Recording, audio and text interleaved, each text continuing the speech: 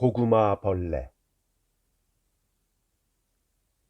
토끼꾼은 안채에 인사를 건네고 벌써 어둑어둑해진 넓고 황폐한 정원에 제멋대로 자란 잡초를 헤치며 자신의 거처인 별채로 향했다. 걸어가면서 방금 안채 주인인 예비역 소장의 상투적인 칭찬이 영 찝찝해서 자기가 가장 싫어하는 가지 무침이라도 씹는 듯한 물컹한 뒷맛을 느끼면서 다시금 곱씹고 있었다. 스나가 중이의 충렬은 더 말할 것도 없이 우리 육군의 자랑이며 이미 세상에도 잘 알려진 일이네. 우습게도 주인 영감은 이젠 사람 같지도 않은 폐병을 여전히 옛날의 당당한 직함 중위라고 부르고 있었다. 자네 또한 모든 욕구를 버리고 정절을 지키면서 그 폐인을 3년이나 되는 세월 동안 싫은 기색 하나 없이 성심껏 잘 돌보고 있질 않나. 물론 아내로서 당연한 일이라고 해버리면 그만이겠지만은 그건 절대 아무나 할 수 있는 게 아니지. 오늘날에는 좀처럼 보기 드문 미담이 아닐 수 없네. 하지만 앞으로도 힘든 일이 많을 거야. 그러니 아무쪼록 마음 비얹지 말고 앞으로도 계속 더 수고를 해주게. 늙은 와시오 소장은 얼굴을 볼 때마다 이런 말을 하지 않으면 면목이 없다는 듯이 지금은 완전히 쓸모없는 인간으로 전락해버린 옛 부하 스나가 중위와 그의 아내 토끼꼬를 아낌없이 칭찬하는 것이었다. 조금 전에도 말했지만 토끼꼬는 그런 소리를 듣는 것이 가지 무침을 씹는 맛이었기에 되도록이면 그 영감이 없는 때를 노려서 안채를 드나들었다. 하루 종일 말도 못하는 불구자만 대하고 있기가 힘들어서 주인 아주머니나 딸을 만나서 얘기라도 나누고 싶었던 것이다. 사실 그 칭찬도 처음 얼마 동안은 그녀의 희생정신과 드문 정절에 어울리게 더할 바 없는 자부심으로 토끼꼬의 심장을 건드려 주었으나 요즘은 사실 전처럼 순수하게만 받아들일 수가 없었다. 왠지 그 칭찬의 말이 두려워졌기 때문이다. 그런 말을 들을 때마다 넌 정절이라는 미명 아래 끔찍한 죄악을 보험하고 있다 라고 손가락질 당하며 책망을 듣는 듯해서 소름 끼치게 무서워졌던 것이다. 생각해보면 제 스스로도 사람의 기분이란 게 이렇게 변하는가 싶도록 달라도 너무 달라졌다. 처음에는 내성적이고 순진하고 또 정숙했던 그녀가 지금은 겉보기는 어떻든 간에 마음속으로는 소름이 끼칠 만한 정욕의 귀신이 소굴을 들고 있어서 한때는 나라의 충성스러운 군인이었던 가엾은 불구자 남편을 마치 자신의 정욕을 채우기 위해서 사육하는 짐승처럼 또는 그런 도구처럼 생각하게 된 것이다. 이 추잡한 괴물은 대체 어디에서 온 것일까? 그 누런 살덩이가 풍기는 기이한 매력의 장난일까? 사실 그녀의 남편은 누런 고깃덩이에 지나지 않았다. 마치 기형팽이처럼 그녀의 정욕을 자극하는 누런 고깃덩이 말이다. 아니면 30살이나 된 그녀의 몸뚱이에 가득한 정체모를 엿보인지도 모를 일이다. 아니면 그 양쪽 다일지도 모르고. 주인 영감에게 무슨 말을 들을 때마다 토끼꼬는 요즘 더욱더 살이 오른 자신의 육체와 체취를 떠올리며 한층 더 꺼림칙해졌다. 대체 난 왜 이렇게 바보처럼 투실투실 살이나 찌는 걸까? 그런데도 얼굴빛은 이상하게 창백했다. 주인 영감은 판에 박힌 칭찬을 하면서도 언제나 수상쩍은 눈길로 그녀의 기름진 몸매를 훑어보는 듯했다. 어쩌면 토끼꼬는 그런 눈빛이 가장 싫었던 것인지도 몰랐다. 외진촌이라서 안채와 별채 사이는 50m가량 떨어져 있었다. 그 사이는 길도 없는 거친 풀밭이었는데 걸핏하면 사각사각 풀소리를 내며 구렁이가 기어나온다든가 자칫 발을 잘못 디디면 풀에 가린 옛 우물로 빠질 위험마저 있었다. 넓은 저택 둘레에는 형식적인 산울타리가 엉성하게 쳐져 있고 그 바깥에는 논밭으로 이어지는데 멀리 하치만 신사의 숲을 배경으로 그녀의 거처인 2층 별채가 홀로 검게 서 있었다. 하늘에는 별들이 하나둘 반짝이기 시작했다. 벌써 방 안은 캄캄해졌을 것이다. 그녀가 없으면 남편은 램프불도 못 붙일 테니까 틀림없이 어둠 속에서 소파에 기대 앉았든지 소파에서 떨어져 바닥을 뒹굴면서 고깃 덩어리처럼 눈만 깜빡이고 있을 것이다. 그런 처참한 모습을 생각하면 속도 상하고 비참하고 슬프기도 하지만 어쩐지 유욕의 감정이 끼어들면서 순식간에 그녀의 등골을 스쳐 지나간다. 가까워질수록 2층 창문이 뭔가를 상징하듯 뻥하니 검은 입을 벌리고 있는 것이 보였고 탕탕탕 방바닥을 두드리는 둔중한 소리가 들려왔다. 아이고, 또 저러고 있군. 토끼꼬는 눈꺼풀이 뜨거워질 만큼 가엾은 마음이 들었다. 보통 사람이라면 손으로 두드려서 사람을 부를 텐데 몸이 자유롭지 못한 남편은 천장을 쳐다보고 뒹굴면서 머리로 탕탕 바닥을 찧어서 그의 유일한 반려인 토끼꼬를 급히 부르고 있는 것이다. 지금 가요. 시장하신가 보네요. 토끼꼬는 남편이 듣지 못한다는 것을 알면서도 버릇처럼 이렇게 말하면서 황망히 부엌문으로 뛰어들어가 계단으로 올라갔다. 6조 남짓한 2층 방에는 허울만 남은 독고노마 구석에 램프와 성냥이 덩그러니 놓여 있었다. 마치 어미가 젖먹이에게 말하듯이 많이 기다렸지요. 미안해요. 라든가 빨리 하라고 해도 너무 어두워서 잘 안 보여요. 금방 램프를 켤게요. 조금만 더. 라는 등 온갖 혼잣말을 하면서 불을 밝혀 책상 옆으로 가져갔다. 남편은 귀가 전혀 안 들린다.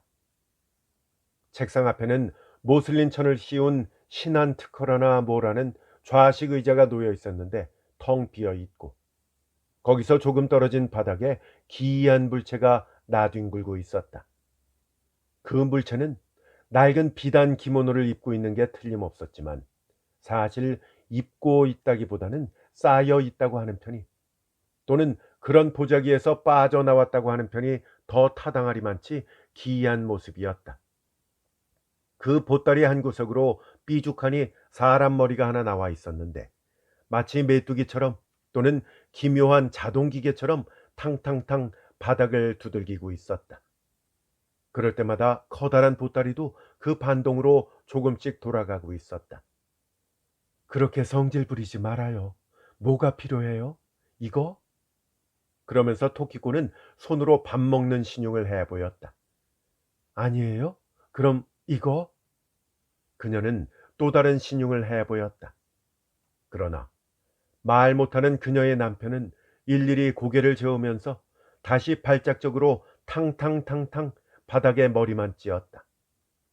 보탄 파편 때문에 얼굴 전체가 볼품없이 망가져 있었다.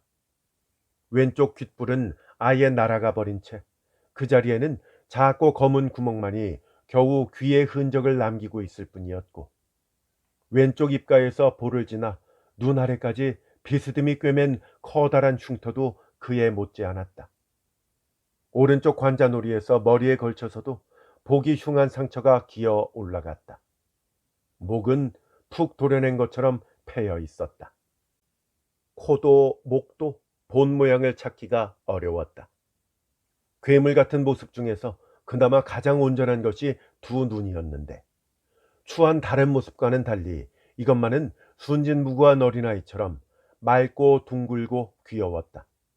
지금 그 두 눈이 초조한 듯 깜빡이고 있었던 것이다. 할 얘기가 있군요. 잠시 기다리세요. 그녀는 책상 서랍에서 노트와 연필을 꺼내 연필을 불구자의 빗두루만 입에다가 물린 다음 노트를 펼쳐주었다.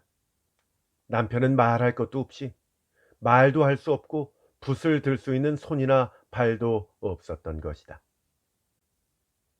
자기가 싫어졌냐고? 페이는 마치 전생에 저주스러운 업보를 물려받은 불운한 사람처럼 아내가 내미는 노트에 그렇게 입으로 글을 썼다. 아주 오랫동안 썼지만 제대로 알아보기도 힘든 가타카나였다. 어머나, 또 질투하시는군요. 그렇지 않아요. 안 그래요. 그녀는 웃으면서 고개를 옆으로 세게 저어 보였다. 그러나 페이는 또 성급히 머리를 바닥에 찍기 시작했으므로 토키코는 다시 한번 남편에게 노트를 갖다 대었다. 그러자 연필이 어설프게 움직였다. 어디 있었냐고요? 토키코는 쌀쌀맞게 페인의 입에서 연필을 낚아채서는 노트의 여백에 와시오 시댁이라고 남편의 눈앞에 써서 내밀었다. 다 알잖아요. 제가 거기 말고 어딜 가겠어요? 페인은 다시 노트를 달라더니 3시간이라고 썼다. 3시간이나 혼자 기다렸다는 거죠? 그래요. 내가 잘못했어요. 이제는 가지 않겠어요. 다시는 안 간다고요. 토키코는 그제야 미안하다는 표정을 지으며 고개를 숙이고 손을 저었다. 보따리 같은 남편은 아직 할 말이 남은 듯 했지만 입으로 글씨 쓰기가 귀찮은지 힘없이 고개를 떨어뜨리고는 움직이지 않았다. 대신 커다란 두 눈에 온갖 의미를 담아서 토키코의 얼굴을 찬찬히 바라보았다. 토키코는 이럴 때 남편의 기분을 바꾸는 방법은 하나밖에 없음을 알고 있었다. 구질구질한 변명을 해도 들리지도 않고 가장 뚜렷하게 마음을 전하는 미묘한 눈빛 따위도 이제는 머리가 둔해진 남편에게는 통하지 않았기에 언제나 이런 기묘하고 어리석은 말다툼 끝에는 서로가 답답해져서 가장 손쉬운 화해 방법을 택하기 마련이었다. 그녀는 갑자기 남편 위로 몸을 구부리더니 바늘로 꿰맨 커다란 상처가 미끈미끈하게 남아있는 입술 위로 소낙비처럼 키스를 퍼부었다. 그러면 남편은 간신히 안도의 눈빛으로 비뚤어진 입가에 마치 우는 듯한 추악한 미소를 지었다. 토키코는 여느 때처럼 미친 듯이 키스를 했다. 내키지는 않았지만 상대의 추악함을 잊고 스스로 달콤한 흥분을 불러들이기 위함일 뿐더러 일상생활에서 필요한 자유로운 몸놀림을 잃어버린 이 가엾은 남편을 자기 마음대로 괴롭히고 싶다는 이해하기 힘든 감정도 작용했기 때문이다. 하지만 남편은 그녀의 과분한 호의에 당황해서 숨도 쉴 수 없는 괴로움에 몸을 비틀고 추한 얼굴을 기묘하게 찡그리면서 궁싯거렸다. 그런 모습을 보노라면 토키코는 버릇처럼 특별한 감정이 몸속에서 뭉클뭉클 솟구치는 것을 느꼈다. 그녀는 사납게 달려들어 보따리 같은 남편의 기모노를 찢듯이 벗겨버렸다. 그러자 그 안에서 무어라 형용하기 어려운 몸뚱이가 굴러나왔다. 이렇게 되도록 어떻게 목숨이 붙어 있는지 이해하기 어렵다며 당시 의학계가 떠들썩했고 신문에서는 미중위의 기담으로 대서특필했던 대로 남편의 몸은 마치 수족을 뭉개버린 인형처럼 더 이상 심할 수 없을 정도로 무참하고 꺼림칙한 상처투성이었다. 두 팔과 다리는 뿌리부터 잘려나가 살짝 튀어나온 살덩이만 남은 것도 모자라서 몸통만 남은 괴물 같은 전신도 얼굴을 시작으로 크고 작은 무수한 상흔들로 번뜩이고 있었던 것이다. 그야말로 무참한 일이었지만 그의 몸은 그럼에도 또 이해할 수 없으리만치 영양 상태가 좋아서 나름대로 건강을 유지하고 있었다. 주인 영감이 토키코의 헌신과 봉사를 칭찬할 때도 항상 그런 내용을 절대 빠뜨리지 않았다. 남편은 오로지 식탐만이 즐거움인 탓인지 복부가 번들번들 터질 듯이 뚱뚱했고 그저 덩어리뿐인 육체 가운데 특히 남자의 상징만이 눈에 두드러져 보였다. 그것은 마치 커다랗고 누런 고구마 벌레 같았다. 또는 토키코가 언제나 마음속으로 빗대고 있던 것처럼 퍽이나 기괴하게 변형된 살로 된 팽이 같았다.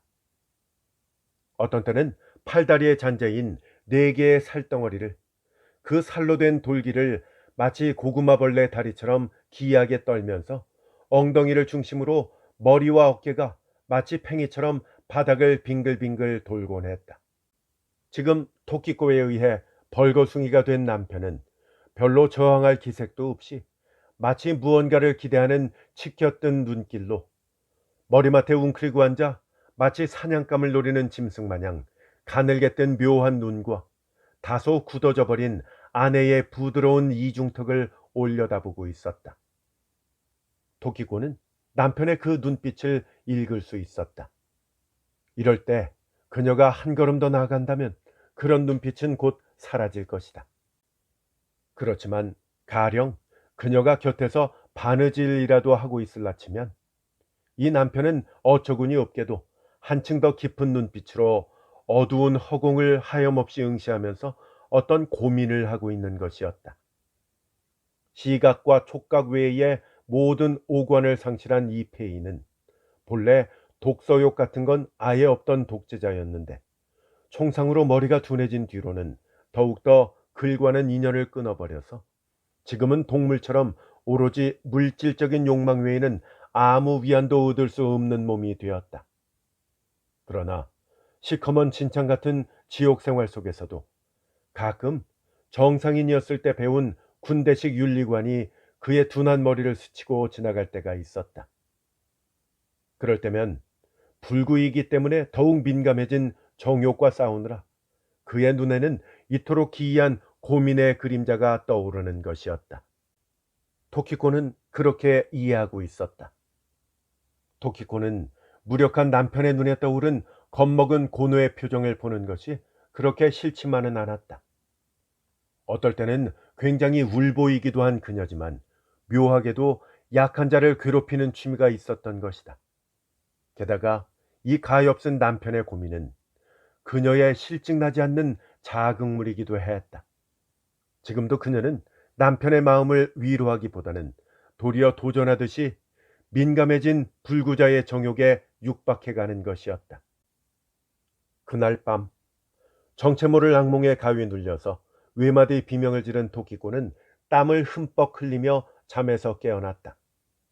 베갯머리에 놓인 램프갓에 이상한 모양의 기름 연기가 쌓여서 가늘게 줄인 심지가 지직지직하고 울고 있었다. 방 안은 천장도 벽도 등빛으로 흐리게 보였고 옆에서 자고 있는 남편의 얼굴에 난 꿰맨 상처자리도 등불에 반사되어서 같은 색깔로 번들번들 빛나고 있었다. 방금 외친 비명소리가 들릴 리도 없었겠지만 남편은 두 눈을 또렷이 뜨고 물끄러미 천장만 바라보고 있었다. 책상 위 자명종 시계를 보니까 어느덧 1시가 조금 넘어 있었다. 아마 이래서 악몽을 꾸었나 보다 싶게 토키코는 몸이 개운치 않았지만 아직은 잠이 덜 깬 상태라서 그 개운치 않다는 게 뭔지 정확히 알기 전에 어쩐지 이상하다고 생각은 하면서도 얼핏 조금 전에 기이한 유희의 모습을 환상처럼 떠올리고 있었다. 거기에는 빙글빙글 돌아가는 팽이 같은 살덩이가 보였고 통통하게 살이 오른 30대 여자의 흐트러진 육체가 있었다. 그것들이 마치 지옥처럼 엉클어져 있는 것이다. 그야말로 얼마나 끔찍하고 추악한 모습인가. 그러나 그런 끔찍하고 추악한 것이 마약처럼 다른 어떤 대상보다도 그녀의 정욕을 불러일으키고 신경을 마비시키는 힘을 갖고 있으리라고는 지난 30년 세월 동안 상상조차 할 수 없었던 일이다. 토키코는 자신의 가슴을 꼭 안으면서 한탄인지 신음인지 모를 소리를 웅얼거리며 망가진 인형 같은 남편의 자는 모습을 바라보았다. 그때 비로소 그녀는 처음 눈을 떴을 때부터 느꼈던 육체적 불쾌감의 원인을 확실히 깨달았다. 그래서 여느 때보다 조금 이른 것 같은데 라고 생각하면서 자리에서 일어나서 계단을 내려갔다. 다시 자리에 들어 남편의 얼굴을 보니까 그는 여전히 아내 쪽은 거들떠보지도 않고 천장만 응시하고 있었다. 또 생각 중이에요? 눈 이외에는 자기의 의지를 발표할 기관을 갖지 못한 인간이 물끄러미의 한 곳만 응시하는 모습은 아무리 한밤중이어도 기분 나쁘게 보였다. 어차피 둔에 빠진 머리라고 무시하면서도 어쩌면 이런 극단적인 머릿속에도 내가 모르는 다른 세상이 있는지 모른다 싶었다. 그래서 지금 저렇게 그 별 세계를 헤매고 있는지도 모른다고 생각하니까 토끼꼬는 갑자기 소름이 쫙 끼쳤다. 그녀는 잠이 확 달아났다. 머릿속에서 드득드득 소리를 내면서 불길이 소용돌이 치는 것 같았다. 온갖 망상이 떠올랐다가는 사라졌다.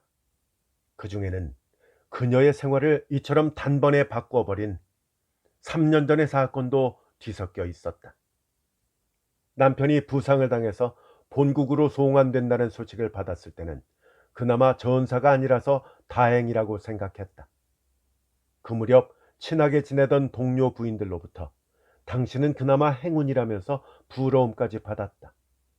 이윽고 신문에 남편의 빛나는 전공이 보도되었다. 동시에 그의 부상이 상당히 심하다는 것을 알았지만 물론 이렇게까지 심할 줄은 상상도 하지 못했다. 그녀는 육군 병원으로 남편을 만나러 가던 날을 죽을 때까지 잊지 못할 것이다.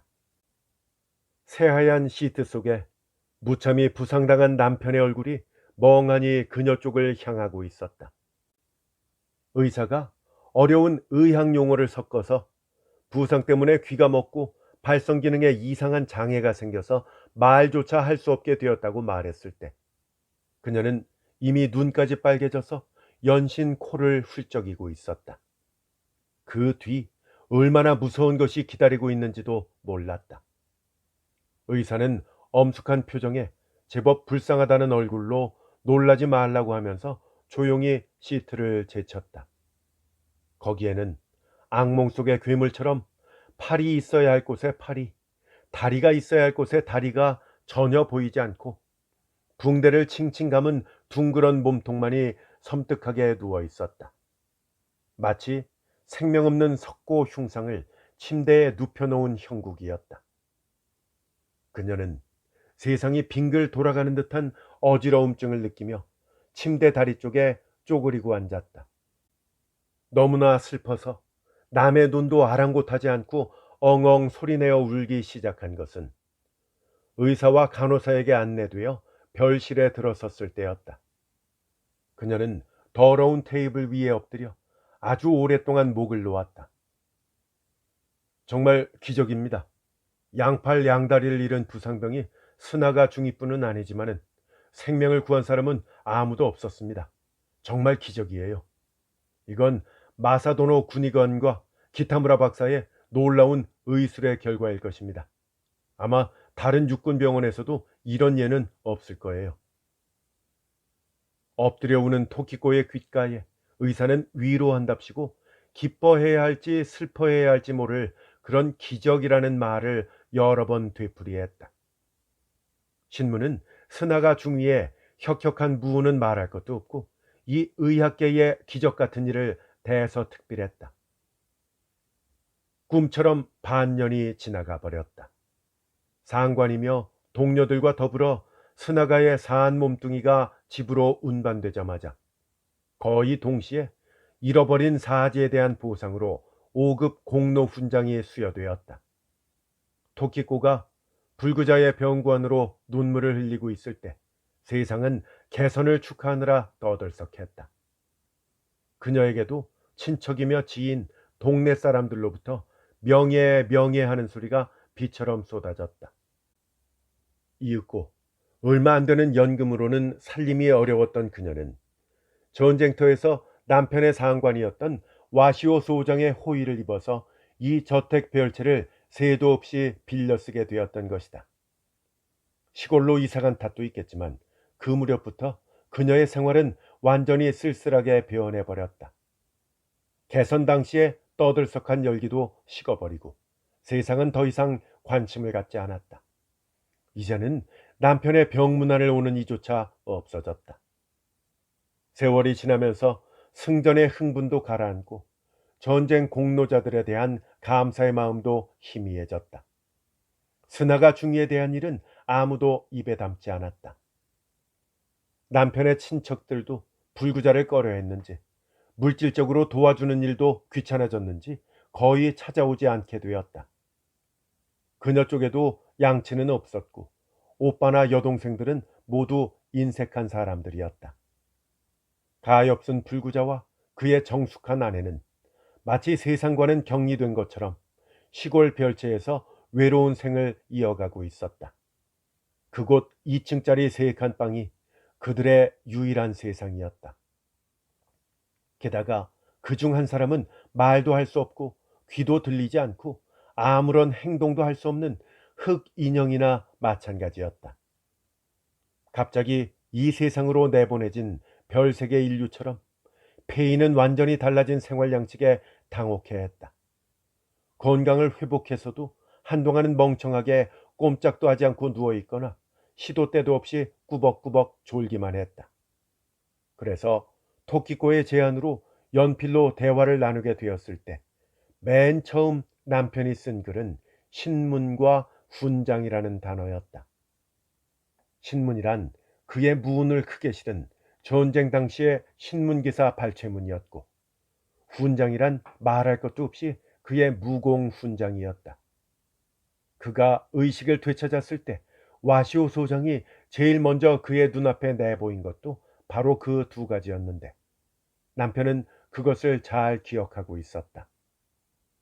남편은 종종 같은 글을 써서 그 두 가지 물건을 원할 때가 있었다.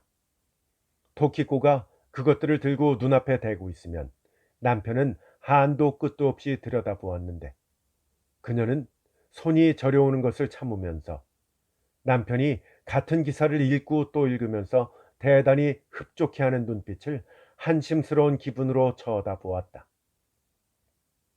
그녀가 명예를 경멸하게 된 것은 꽤 나중의 일이었지만 남편도 역시 실증이 난 것 같았다. 이제 전처럼 그 물건들을 요구하지 않게 되었다. 그리하여 이제 남은 것은 불구자여서 그런지 오히려 병적으로 강해진 육체적 욕망뿐이었다. 그는 회복기의 위장병 환자처럼 탐욕스럽게 먹을 것을 요구했고 시도 때도 없이 그녀의 육체를 요구했다. 도키코가 응하지 않을 때는 거대한 살덩어리 팽이가 되어 미치광이처럼 방바닥 위를 기어다녔다. 도키코는 처음 얼마 동안은 그런 일이 무섭고 싫었지만 이윽고 세월이 지나면서 그녀도 서서히 유격의 아귀가 되어갔다. 벌판 외딴집에 갇혀 아무 희망도 없는 두 남녀에게 그것은 생활의 전부였던 것이다. 동물원 쇠창살 속에서 일생을 보내는 두 마리의 짐승처럼. 그런 처지였으니 토키코가 남편을 자기 마음대로 다룰 수 있는 커다란 장난감처럼 여기게 된 것도 어찌 보면 당연한 일이었다. 또 수치를 모르는 불구 남편의 행동에 감화된 그녀가, 정상인에 비해 훨씬 체력이 넘쳐나던 그녀가 그를 괴롭히는 것을 낙으로 삼게 된 것도 어쩌면 지극히 당연한 결과였다. 그녀는 이따금 자신이 미친 것은 아닐까 두려워했다. 내 마음 어디에 이런 저주스러운 감정이 깃들어 있었는지 스스로도 끔찍해서 몸서리를 칠 때도 있었다. 말을 할 수도 들을 수도 없으며 자기 스스로는 움직일 수도 없는 이 기괴하고 가엾은 도구는 결코 나무나 흙으로 만들어진 것이 아니라 희로애락을 가진 생물이라는 점이 한없는 매력처럼 여겨졌다. 게다가 유일하게 표정을 나타낼 수 있는 동그랗고 귀여운 두 눈은 그녀의 실증을 모르는 요구에 대해서 어떤 때는 제법 슬프게, 또 어떤 때는 제법 노한 표정을 보였다.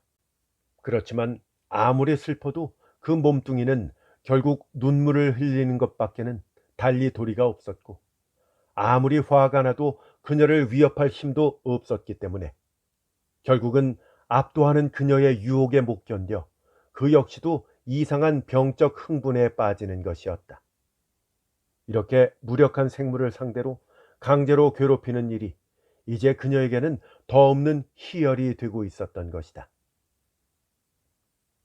토키코의 감은 눈꺼풀 속으로 지난 3년간의 사건들이 격정적인 장면만이 차례차례 또는 이중삼중이 되어 단편적으로 떠올랐다가는 사라졌다. 이런 단편적인 기억들이 매우 선명하게 눈꺼풀 속에서 나타났다가 사라지는 것은 그녀의 몸에 이상이 있을 때면 반드시 나타나는 현상이었다.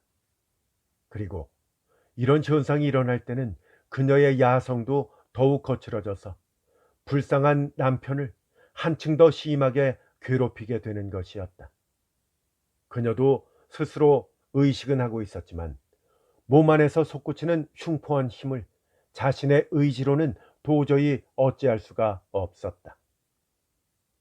문득 정신을 차리니 방 안이 마치 그녀의 환상처럼 안개 쌓인 듯 아슴푸레했다. 환상 너머의 또 다른 환상이 지금 쓰러져 가는 듯한 기분이었다. 그런 느낌은 신경이 예민해진 그녀를 두렵게 해서 가슴의 고동소리도 한층 더 격렬해졌다. 그러나 잘 생각해 보면 아무것도 아니었다. 이부자리에서 빠져나와 머리맡 램프에 심지를 돋우었다. 가늘게 해둔 심지가 다 타서 불이 거의 꺼져가고 있었던 것이다. 방 안이 갑자기 밝아졌다. 그런데도 여전히 흐릿해 보이는 것이 어쩐지 이상했다. 토끼꼬는 생각난 듯이 남편의 자는 얼굴을 들여다보았다. 그는 여전히 자세를 조금도 바꾸지 않고 천장의 같은 곳만 바라보고 있었다. 대체 무슨 생각을 저렇게 하고 있는 걸까? 그녀는 다소 기분이 나빠졌지만 그 주제에 혼자 곰곰이 생각에 잠겨 있는 모습이 밉살스러웠다. 그녀는 또다시 슬금슬금 그 잔악한 마음이 몸 안에서 솟구치는 것을 느꼈다. 그녀는 갑자기 남편의 이불 위를 덮쳤다. 그리고 느닷없이 남편의 어깨를 안고 아주 세게 흔들었다. 그 행동이 너무 당돌했기 때문에 남편은 몸 전체로 벌떡 놀랐다. 그리고는 심하게 질책이라도 하는 눈으로 그녀를 노려보았다. 화났어요? 뭐예요, 그런 눈은? 토끼꼬는 그렇게 외치면서 남편을 집적거리기 시작했다. 일부러 상대 눈길은 피하면서 여느 때처럼 장난질을 했다. 화내도 아무 소용없어요. 당신은 내 맘대로니까. 그런데 무슨 수를 써도 남편은 여느 때처럼 자기 편에서 먼저 타협해 오지 않았다. 아까부터 천장만 바라보던 꼴이 더는 타협하지 않겠다는 표시였단 말인가? 아니면 단순히 아내가 제멋대로 행동하는 것이 심기를 건드린 것일까? 그는 커다란 눈을 부릅뜨고 오래도록 토끼꼬의 얼굴을 쏘아보았다. 뭐예요, 그 눈은? 그녀는 외치면서 양손으로 남편의 눈을 덮었다. 그리고 뭐예요? 대체 뭐냐고요? 하면서 격렬하게 외쳤다. 병적인 흥분이 그녀를 무감각하게 만들었다. 양손가락에 어느 정도의 힘이 가해졌는지조차도 거의 의식하지 못했다. 꿈에서 깨어난 것처럼 퍼뜩 정신이 들자 남편은 밑에 깔려서 발악하듯이 버둥대고 있었다. 몸통뿐이기는 하지만 굉장한 힘으로 필사적으로 버둥대니까 무겁게 짓누르고 있던 그녀가 도리어 튕겨나갈 정도였다. 이상하게도 남편의 두 눈에서는 새빨간 피가 솟아오르고 꿰맨 얼굴 전체가 데친 분어처럼 새빨갛게 상기되어 있었다. 토끼꼬는 그때서야 모든 것을 분명히 깨달았다. 바깥 세계로 향하는 딱 하나밖에 남지 않은 남편의 창을 자신이 정신없이 부수어 버렸다는 사실을. 그러나 결코 정신없이 저지른 과실이라고는 할 수 없었다. 그녀 자신도 잘 알고 있었다. 한 가지 분명한 사실은 마치 말이라도 하는 것 같은 남편의 두 눈이 서로가 편안한 짐승으로 표현하는데 몹시 성가신 방해물처럼 느껴졌다는 것이다. 때때로 그 눈에 떠오르는 정의감은 가증스럽기만 했다. 남편의 두 눈은 보기 싫은 방해물일 뿐만 아니라 그 속에는 훨씬 더 기분 나쁜 무언가가 느껴지기까지 했다. 그러나 그것도 거짓이었다. 마음속 더 깊은 곳에는 훨씬 더 무서운 생각이 존재하지는 않았을까? 완전히 살로 된 팽이로 만들고 싶었던 것은 아닐까? 오관이 존재하지 않는 몸통과 촉각뿐인 그런 생물체로 만들어버리고 싶었던 것은 아닐까. 그리하여 끝없는 잔인성을 철저하게 만족시키고 싶었던 것은 아닐까. 그 처참한 몸뚱이 가운데 그나마 인간적인 면모를 남기고 있는 눈이 어쩐지 불완전한 느낌이 들었던 것이다. 자신이 원하는 진짜 살로 된 팽이가 아니라는 생각이 들었던 것이다. 그런 생각들이 순식간에 토키코의 머릿속을 지나갔다. 깍 하는 비명이 들리는가 싶더니 버둥거리고 있는 살덩이를 그대로 둔 채 토키코는 구르듯이 계단을 뛰어내려가 맨발로 컴컴한 바깥으로 달려나갔다. 그녀의 악몽 속에서 무서운 것에 쫓기듯이 정신없이 뛰었다. 뒷문을 빠져 마을길을 오른쪽으로, 그러면서도 300m쯤 떨어진 곳에 의사가 있다는 것은 의식하고 있었다. 겨우 의사를 데리고 왔지만 그 살덩이는 여전히 격렬하게 꿈틀대고 있었다. 마을 의사는 소문만 들었지 실제로 본 적이 없었기 때문에 너무도 처참한 남편의 모습에 넋을 잃은 듯 토키코가 자칫 실수해서 이런 참사가 생겼다는 장황한 변명도 귀에 잘 들리지 않는 듯 했다. 그는 진통제 주사와 응급처치만 끝내고 서둘러 돌아가 버렸다. 남편이 버둥대는 것을 겨우 그만둘 즈음에는 이미 희부옇게 날이 밝아오고 있었다. 토키코는 남편의 가슴을 쓰다듬으면서 눈물을 뚝뚝 흘리며 미안하다는 말만 되풀이했다. 살덩이는 부상 때문에 열이 났는지 얼굴은 벌겋게 부었고 가슴도 심하게 고동치고 있었다. 토키코는 종일 남편 곁을 떠날 수 없었다. 식사도 하지 못했다. 남편의 머리와 가슴에 젖은 타월을 계속 갈아주면서 미친 듯이 사주의 말을 계속 중얼거리기도 하고 환자의 가슴에 손가락으로 용서해 주세요라고 몇 번이고 써보이면서 슬픔과 죄의식에 시간 가는 줄을 몰랐다. 저녁이 되자 남편의 열도 다소 내리고 숨소리도 편안해졌다. 토키코는 남편의 의식이 이제 정상으로 돌아온 것임에 분명하다고 생각해서 다시 그의 가슴에 한자 한자 또렷하게 용서하세요 라고 쓰면서 반응을 살폈다. 그러나 살덩이는 아무 대꾸도 없었다. 눈으로 보지 못한다고는 하나 고개를 흔들거나 미소를 짓는다거나 어떤 식으로든지 대답을 못할 것도 없지만 더는 몸을 움직이지도 않았고 표정도 아무런 변화가 없었다. 숨쉬는 모양으로 보아 잠든 것도 아니었다. 가슴에 쓴 글자를 이해할 힘조차 잃어버린 것인지 아니면 분노 때문에 계속 침묵을 지키고 있는지 전혀 짐작조차 할 수 없었다. 이제 남편은 포동포동하고 따뜻한 물체일 뿐이었다. 토키코는 뭐라고 형용하기 어려운 살덩이를 바라보면서 난생 처음으로 두려움에 부들부들 몸을 떨었다. 여기 누워있는 것은 분명 생물이었다. 폐나 위는 있지만 사물을 볼 수는 없다. 소리도 못 듣는다. 한마디 말도 할 수 없고 뭔가를 잡을 손도 없고 일어설 다리도 없다. 그에게 이 세계는 영원한 정지이자 부단한 침묵이며 끝없는 어둠일 뿐이다. 일찍이 누가 그런 무서운 세상을 상상이나 할 수 있었겠는가? 그런 세상에 사는 사람의 마음을 과연 어디에 비할 수 있겠는가? 그는 아마도 살려달라고 목청껏 외치고 싶을 것이다. 어떤 희미한 빛이라도 상관없다. 사물의 모습이 보고 싶겠지. 아무리 희미한 소리라도 상관없다. 물건이 울리는 소리를 듣고 싶겠지. 뭔가에 매달려 무엇라도 꽉 잡고 싶겠지. 그러나 그에게는 모든 것이 불가능했다. 토키코는 갑자기 엉 하고 울음을 터뜨렸다. 그리고 돌이킬 수 없는 죄악과 구원할 수 없는 슬픔에 어린애처럼 훌쩍이면서 오로지 사람이 보고 싶어서, 정상적인 세상에서 정상적인 모양을 갖춘 사람이 보고 싶어서 남편을 놓아둔 채 본체로 뛰어갔다.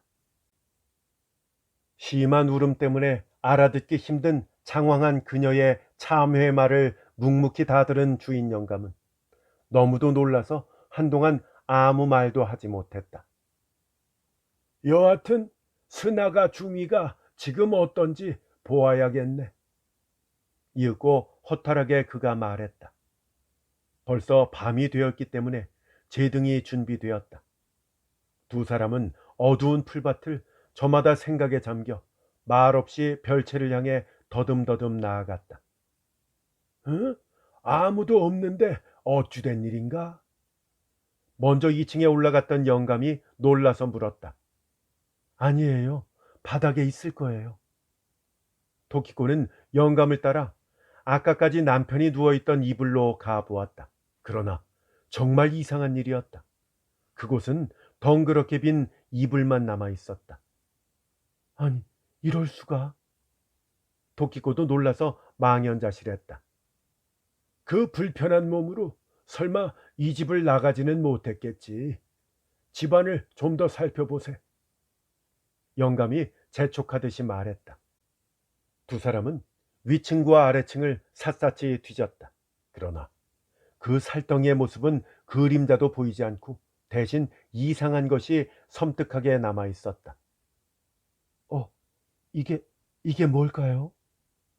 토키코는 아까까지 남편이 누워있던 베개 옆 기둥을 뚫어지게 바라보았다.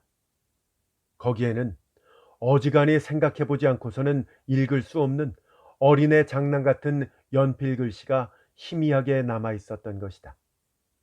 용서하마. 토키코가 간신히 용서한다는 뜻으로 그 글씨를 이해했을 때에야 이 모든 사정을 한순간에 알 것만 같았다. 남편은 움직이지도 못하는 몸을 이끌고 책상 위에 연필을 찾아 그로서는 어마어마한 고생을 한 끝에 겨우 가타카나 글자를 남긴 것이다. 자살했는지도 몰라요. 그녀는 겁을 집어먹고 영감의 얼굴을 보며 핏기 잃은 입술을 떨며 말했다. 안채에 위급한 사태가 전해지자 하인들이 모두 손에 등을 들고 본체와 별체 사이에 잡초가 무성한 정원으로 모여들었다. 그리하여 정원 여기저기를 제각기 맡아서 어두운 밤의 수색이 시작되었다. 토키코는 영감이 비추는 희미한 등불빛에 의지하여 뒤따라가면서 극심한 불안에 휩싸였다. 기둥에는 용서하마라고 적혀 있었다. 그것은 그녀가 남편의 가슴에 손가락으로 썼던 용서해 주세요라는 말에 대한 대답이 분명했다. 그리고 나는 죽는다. 그러나 네 행동에 화는 내지 않는다. 안심해라 하는 의미도 있는 것 같았다. 그 관대함이 더욱 그녀의 가슴을 아프게 했다. 그녀는 팔다리도 없는 남편이 한 단 한 단 계단을 몸통으로 굴러떨어져 내려왔을 것을 생각하니 슬픔과 무서움에 소름이 끼쳤다. 잠시 걸어가는 동안 그녀는 얼핏 어떤 사실을 떠올렸다. 그래서 조용히 영감에게 속삭였다. 요 앞에 오래된 우물이 있었지요? 그렇지. 영감도 고개만 끄덕이더니 그쪽으로 나아갔다. 등불은 빈 어둠 속에서 사방 한 칸 정도만 희미하게 밝혀줄 뿐이었다. 우물이 분명 이 근방에 있을 텐데. 영감은 혼잣말을 하면서 등불을 들어 올려 되도록 멀리까지 비추려고 애를 썼다. 그때 토키코는 갑자기 어떤 예감에 사로잡혀 발걸음을 멈추었다. 귀를 기울이자 어디선가 희미하게 뱀이 풀을 헤치며 기어가는 소리가 났다. 그녀도 영감도 거의 동시에 그곳을 보았다. 그리고 두 사람 다 끔찍한 두려움에 장승처럼 굳어버렸다. 등불빛이 닿을까 말까한 어스름 속 무성한 잡초 사이로 새까만 물체 하나가 느릿느릿 움직이고 있었다. 그 물체는 징그러운 파충류처럼 고개를 쳐들고 물끄러미 앞을 노려보다가 묵묵히 동체를 물결처럼 꿈틀거리면서 몸통 네 귀퉁이에 혹처럼 붙어있는 돌기를 버둥거려 땅바닥을 긁으면서 마음처럼 안 되는 게 초조한 듯 엉금엉금 앞으로 나아가고 있었다. 이윽고 치켜든 머리가 벼랑간 덜렁 아래로 떨어지더니 눈앞에서 사라졌다. 방금보다 더 거칠게 풀잎들이 스치는 소리가 났다. 드디어 몸 전체가 거꾸로 곤두서더니 주르륵 땅속으로 끌려 들어가듯 완전히 보이지 않게 되었다. 곧이어 깊은 땅속에서 첨벙하는 둔중한 물소리가 들려왔다. 잡초로 덮인 낡은 우물의 입구는 그곳에 나 있었던 것이다. 두 사람은 그 광경을 보았지만 급히 뛰어갈 기력도 없이 방심한 듯 언제까지나 우두커니 그 자리에 굳어 있었다.